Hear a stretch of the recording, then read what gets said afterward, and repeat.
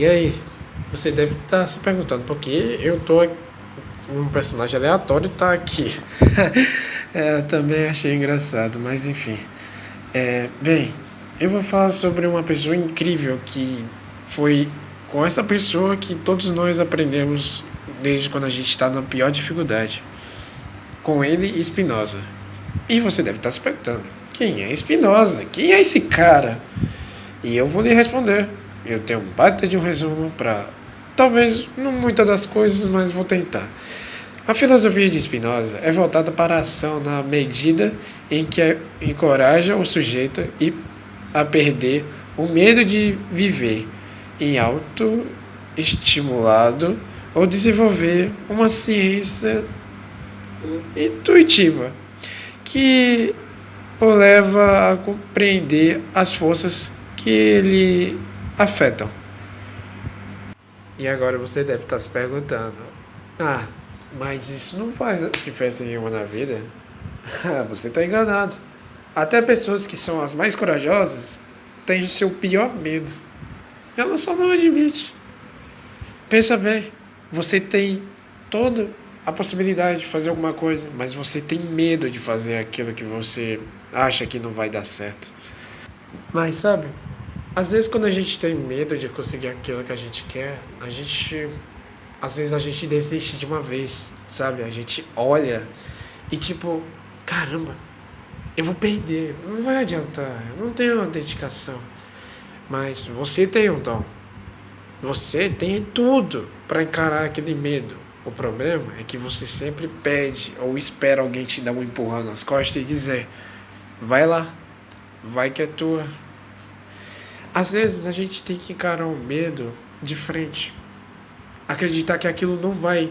Claro, às vezes a gente perde e a gente já fica até constrangido. Mas pensa bem, como o Spinoza fala, que é para encorajar as pessoas a perderem seus medos. Então, tipo, se você tem um medo e ela te atormenta, faça o contrário. Seja o medo dela. Encare o seu próprio medo. Desafie. Usa tudo que você tem de si. Você consegue ser uma pessoa incrível. O problema é que às vezes a gente se vê muito para baixo. Às vezes a gente vê que a gente não é capaz de conseguir porque a gente vê as outras pessoas conseguirem e a gente não. Mas às vezes, às vezes isso acontece. Isso é para mostrar que mesmo que a gente não consiga realizar aquele sonho porque a gente teve um medo, não é só por isso que você vai desistir. Mas sim, isso vai te mostrar de como você viver daqui para frente. Sei lá quantos anos você pode viver. Um ser humano pode viver poucos dias, às vezes nunca se sabe. Muita gente está morrendo, não aproveitando a vida, ou outros sim têm tanto medo que acabam tirando suas próprias vidas. Mas isso não é motivo de você desistir. Spinoza tem umas frases muito bonitas. Eu vou só citar quatro. Se você conseguir prestar atenção, talvez você possa refletir ou pensar sobre isso também. O ódio e a tristeza acompanham da ideia de uma causa exterior. Não rir, não lamente-se, não odiar, mas compreender. O homem livre, no que pensa, menos é na morte, e a sua sabedoria é uma maldição, não da morte, mas da vida. A felicidade não é a primeira da virtude, é a própria virtude. E se vocês conseguiram entender, a cada frase é para mostrar que cada um tem uma coisa incrível, mas às vezes a gente nunca presta tanta atenção que às vezes a gente joga fora aquilo que a gente mais tem de potencial e a gente fica sempre na pior. Mas, como o Spinoza, eu gosto até tentar me inspirar nele, porque às vezes eu até me sinto que às vezes eu tenho que motivar certas pessoas ou tentar ser alegre. Isso não é muito da vida do trabalho, eu acho, mas tentar fazer o que o Spinoza fez no caso, talvez me faça feliz, porque às vezes passar por isso, pensar sobre essas coisas, sobre a vida, o destino, e até nisso tem muitas coisas boas que a gente tem que aproveitar. Então, já não quero passar muito tempo explicando sobre ele, pois meu próximo companheiro do trabalho vai resumir. Bem, falou! Baruch Spinoza foi, sem dúvida, um daqueles pensadores que deixam um rastro profundo na história da filosofia. Ainda que muitos só o compreendam depois de algum tempo, nascido em 1682, em Amsterdã. Ele cresceu numa família de judeus portugueses que fugiram da perseguição religiosa. E olha, essa fuga do cinto apertado da intolerância fez com que Spinoza fosse cada vez mais questionador e distante das amarras da religião. Ele não tinha tempo para mitos, nem para Deus de capa e espada, daqueles que ficam intervindo aqui e ali no cotidiano. Ao contrário, ele enxergava o tal Deus como uma força que estava no próprio movimento da natureza, em cada pedrinha rolando na rua, ou no som do vento. Ele via o mundo todo como uma coisa só, um imenso organismo, onde Deus e a natureza eram praticamente a mesma coisa, como se o Criador fosse o próprio universo pulsando a cada estrela que nasce. O que Spinoza dizia era tão ousado, que muita gente, principalmente os religiosos da sua época, quase surtaram. O cara dizia que tudo, absolutamente tudo do mundo, até nossas emoções mais confusas e, sim, nossos medos mais profundos, fazia parte de um grande esquema.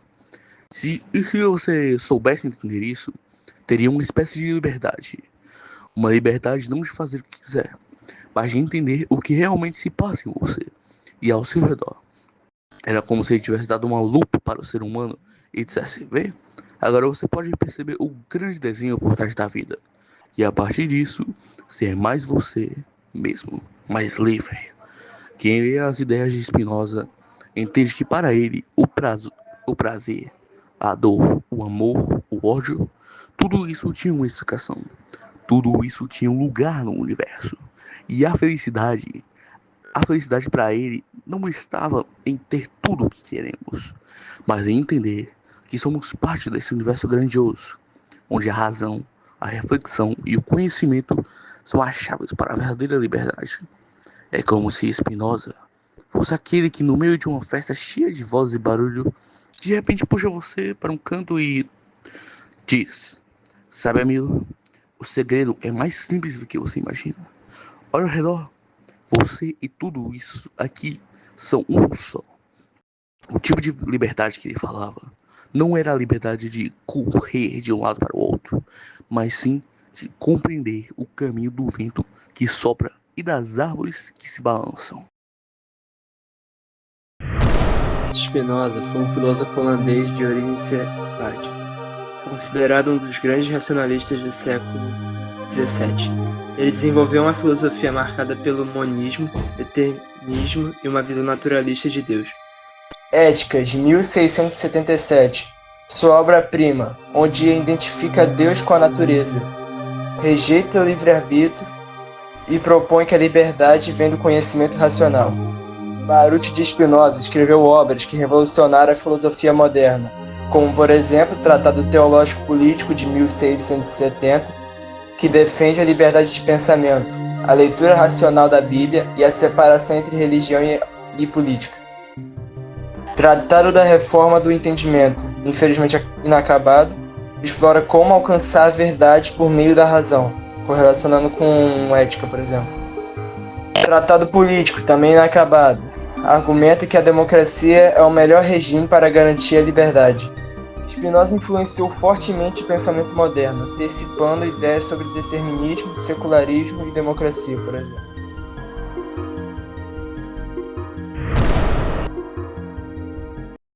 Boa tarde, meu nome é Luiz Thiago de Souza e eu vou falar sobre a relação do Albert Einstein com o Deus de Spinoza. Bom, muitas pessoas podem achar que o Albert Einstein era um ateu por conta de ser um matemático, mas na realidade Einstein acreditava sim em um Deus, e esse Deus era o Deus de Spinoza. pois, segundo ele, minhas ideias estão próximas das de Spinoza. A admiração pela beleza e crença na simplicidade lógica da ordem e da harmonia que percebemos, humilde e imperfeitamente. Devemos aceitar que nosso conhecimento é imperfeito e tratar questões morais e valores como os problemas humanos. Ambos tinham espíritos bem parecidos, indo contra crenças da época, como Einstein indo contra como era compreendido o espaço e tempo na época, e Spinoza indo contra a forma de que Deus era pregado na época dele. E segundo Einstein, ele acreditava no Deus de Spinoza por ser um Deus que se manifesta na harmonia de tudo que existe, não um Deus que se preocupa com o destino e as ações de um homem. Uma opinião bastante polêmica de fato. Bom, essa aí foi minha parte, agora é a do antes.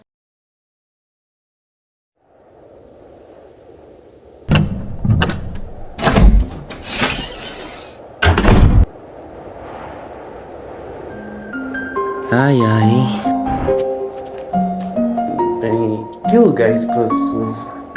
Aliás, onde vem essa música? Bom, parando pra pensar, eu tava ajudando a cara em um certo trabalho dela. Ou melhor, em andar. Anoitecer um pouco. Nossa, que lugar agradável. Vamos sentar um pouco. Aliás, que bela lua. Por um lugar que não tinha nada pra parar aqui. Bom, para compreender o Deus de Spinoza, o Deus civil natureza, é essencial refletir sobre a sua visão filosófica.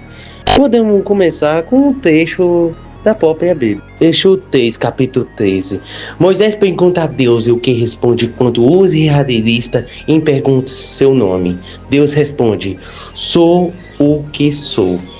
Ao longo da história, diferentes culturas moldaram a sua própria imagem de Deus. Nas tradições africanas, os deuses são negros, na Alemanha são brancos, na Grécia Antiga assumiam formas variadas. Aí nos leva um questionamento central de Spinoza.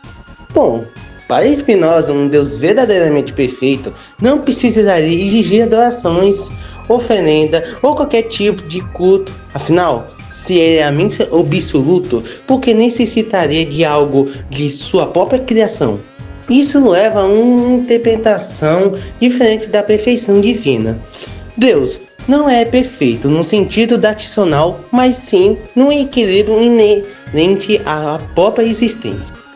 Assim como a natureza é bela e ao mesmo tempo impetuosa, onde pecadores caçam presa, e a força naturais segue o seu curso. A perfeição de Deus estaria justamente nesse equilíbrio dinâmico. Deus não é ser separado da criação, mas a própria substância do universo. Para Spinoza, compreender Deus é entender a realidade, tal como ela é, sem ilusões ou idealizações.